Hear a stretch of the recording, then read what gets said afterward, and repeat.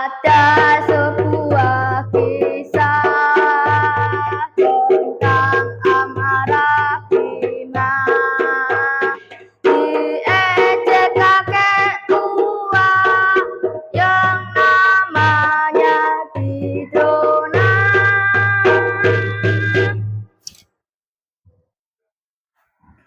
Hei Kidrona, bisa berani bicara apa tidak?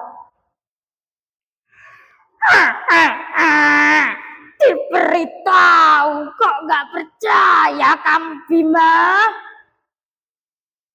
Assalamualaikum warahmatullahi wabarakatuh. Dewan juri yang saya hormati dan teman-teman yang saya cintai. Perkenalkan, nama saya Faris Akmal Al-Kariski.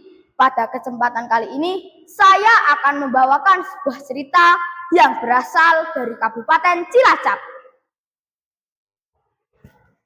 Cerita ini saya ambil dari buku yang berjudul Cerita Rakyat Jawa Tengah Kabupaten Cilacap yang ditulis oleh Eri Agus Kurnianto dan kawan-kawan, diterbitkan oleh Balai Bahasa Jawa Tengah pada tahun 2017. Yuk teman-teman, kita simak bersama asal-usul Gunung Sandil. Dahulu kala, di puncak Gunung Slamet ada seorang ksatria yang bertapa. Ksatria itu bernama Bima. Dia sangat perkasa, ibarat berotot kawat dan bertulang baja. Suatu hari, ketika masa pertapaannya baru saja selesai, Bima dihampiri oleh kakek-kakek tua yang bernama Kidrona.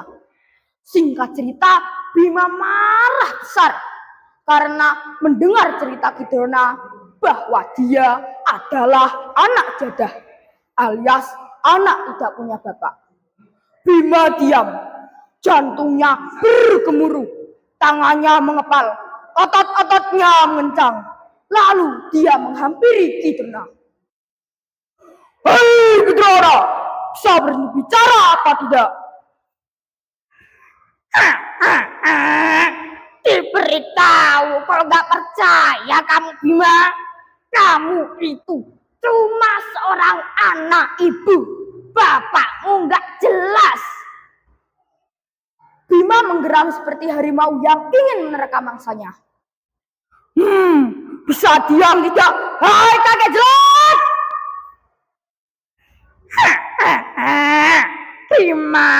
Bima. Mendengar Kidrona terus tertawa, kemarahan Bima yang menggumpal seperti bola api yang siap meledak. Dan benar saja, Bima menendang puncak Gunung Slamet yang berdiri kokoh di hadapannya. Berak! Bersamaan itu, terdengar suara gemuruh dan terpentallah puncak Gunung Slamet ke arah selatan.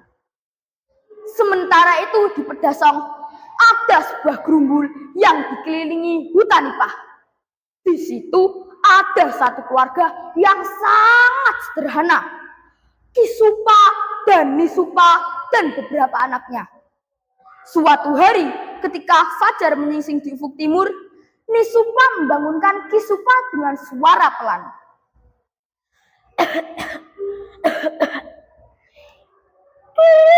Bangun, Ki. Temani Nenek pergi ke rumah yuk. Iya nih, aku temenin. Ki Supa pun segera bangun dan menemani Ni Supa yang ingin pergi ke Semur yang terletak agak jauh dari rumah mereka. Tugas Ki Supa adalah menemani Ni Supa dan menimba air untuk mencuci beras. Sambil menimba air, Ki Supa melantunkan salah satu tembang mocopat. Sekar gembuh ping catur, kancinatur, olah kang kalantur, tanpa tutur, Katulo katali. Di tengah-tengah kasihkan Ki Supa melantunkan tembang, tiba-tiba ada semacam batu raksasa yang ingin menimpa mereka. Kaki Ki Supa menendang batu tersebut dengan sekuat tenaga sambil mengucap, "Tuh Gusti!" Batu itu terpental ke arah selatan dan pecah menjadi beberapa bagian. Yang terbesar jatuh di dekat sumur Ki Supa. Di kemudian hari, batu tersebut dibuat batu nisan, pertanda kuburan Ki Dani Supa. Karena Ki Dani Supa dianggap sebagai leluhur, kuburan mereka diberi nama Panembahan Watu Kumpul. Bagaimana kelanjutan batu raksasa yang terpental ke arah selatan? Ternyata batu itu pecah menjadi 4 bagian. Yang terbesar jatuh di dekat laut selatan. Batu itu jatuh menyerong dari arah selatan ke arah barat daya. Ketika batu itu jatuh, ada sekumpulan warga yang sedang memanen padi di sawah. Salah satu warga berteriak, "Awas selok!" Selok dalam bahasa Jawa artinya batu. Sekarang tempat tersebut diberi nama Gunung Selok. Dua pecahan yang hampir sama tapi lebih kecil dari Selok jatuh bersebelahan berjajar sebelah timur Selok. Yang satu diberi nama Gunung Kembar karena bentuknya mirip dengan Gunung Serandil. Pecahan yang terakhir jatuh adalah pecahan yang paling kecil ukurannya. Karena bentuknya seperti tumpeng, batu tersebut diberi nama Gunung Tumpeng. Dari keempat gunung yang ternyata hanya bukit, yang paling terkenal adalah Gunung Serandil. Konon kata Serandil diambil dari kata Sranane Adil, yang artinya syaratnya harus adil. Dahulu ada seorang sesepuh yang suka bersemedi di bukit tersebut. Orang-orang memanggilnya Ki Ismoyo Jati. Beliau selalu mengatakan kata-kata, Keinginan kalian akan terkabul, tapi sarananya adil. begitulah yang diujarkannya setiap mengakhiri nasihatnya kepada para peziarah.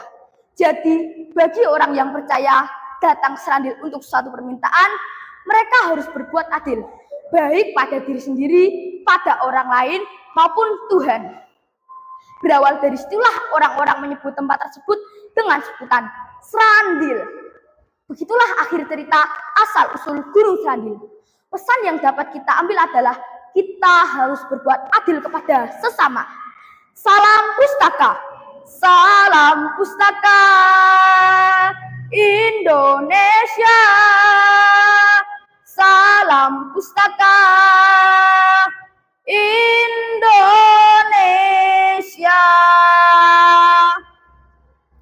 Hari ini kita ke Perda belajar bersama berliterasi. Cukup sekian dari saya. Bila ada kesempatan, kita berjumpa lagi. Wassalamualaikum warahmatullahi wabarakatuh.